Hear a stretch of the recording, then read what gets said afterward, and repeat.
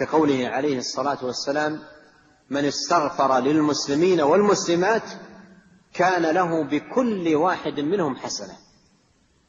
انظر، من استغفر للمسلمين والمسلمات كان له بكل واحد منهم حسنة. أتدري كم حسنة تحصل إذا قلت في دعائك: اللهم اغفر للمسلمين والمسلمات والمؤمنين والمؤمنات الأحياء منهم والأموات؟ كلمة لا تبلغ سطرا واحدا. كم من الأجر تحصل؟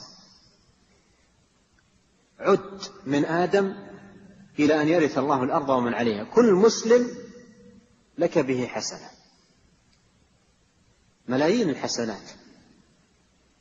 وعندما تدعو لهم بالهداية، تدعو لهم بالسداد، تدعو لهم بالعون والتوفيق والسلامة من الفتن، وهذه الدعوات إذا نبعت من قلبك دلت على سلامة قلبك وسريرتك وباطنك تجاه إخوانك المؤمنين.